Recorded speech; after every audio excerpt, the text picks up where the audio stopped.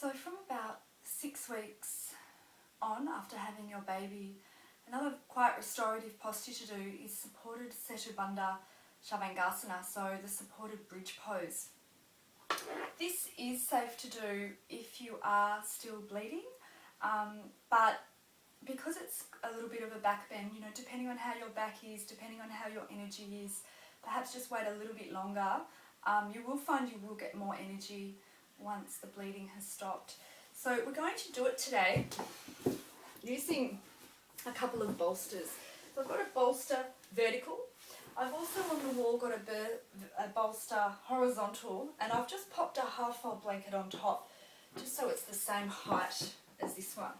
And I've got a half-folded blanket which is going to support my shoulders. Just at the front edge of the bolster. Before you go in and settle into it, you know, you want to make sure you've got the right distance. If you can, it's really great to practice having your feet supported into the wall. So you might have to adjust the space between this bolster and the bolster that will eventually have your feet. We're going to bind up the legs. So first of all, we're going to actually pop a block in between the thighs.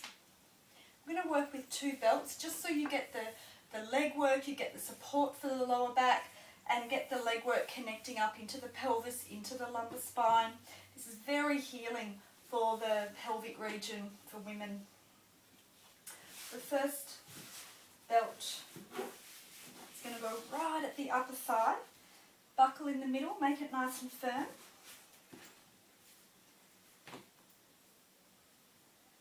And the second belt, we're going to place it around the heels.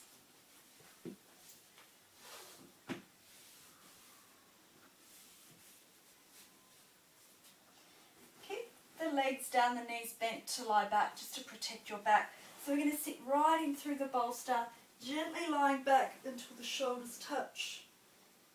And then gently straightening the legs, pressing the feet into the wall. Might want to extend the back of the skull away, tuck the shoulders under here.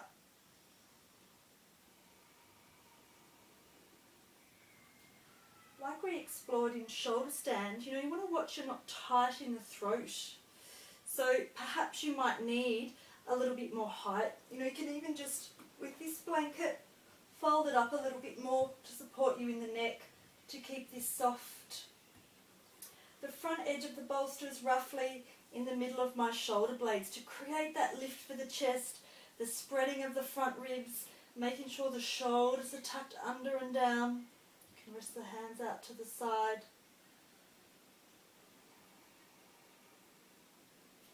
I'm pressing a little more with my inner foot into the wall, the big toe mound, the inner heel. And then, like we did in the earlier videos of Tadasana and dog pose with the block, and even in our headstand with the block, pressing the outer leg, outer thighs in to hold the block. But rotate your inner heels out, create a little bit more spread across the sitting bones. You can gently resist the ankles out into the belt, but keep the big toe mound, the inner heel on both feet, pressing into the wall.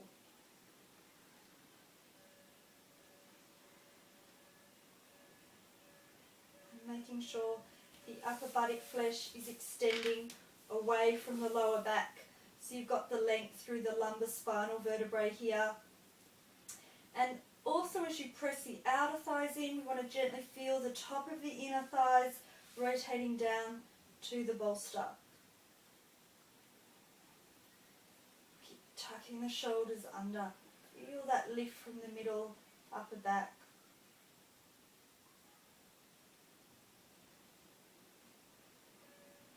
If you set that upper buttock up well, you'll feel naturally the pelvic, the abdominal region naturally softens down to the back spine, creating a lot of space and a lot of circulation through this area, helping in the healing process.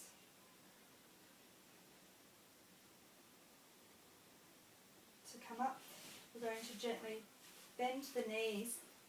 The best way for the back to come up, especially because we're quite bound with the belts, is to gently roll over to the right side to come up, and then we'll take the support off, take the blocks, take the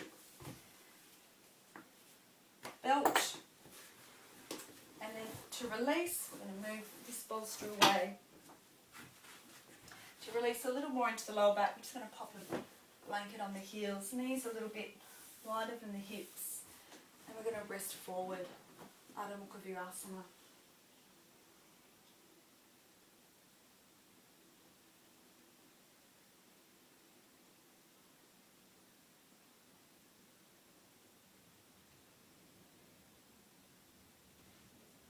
Slowly walking the hands back.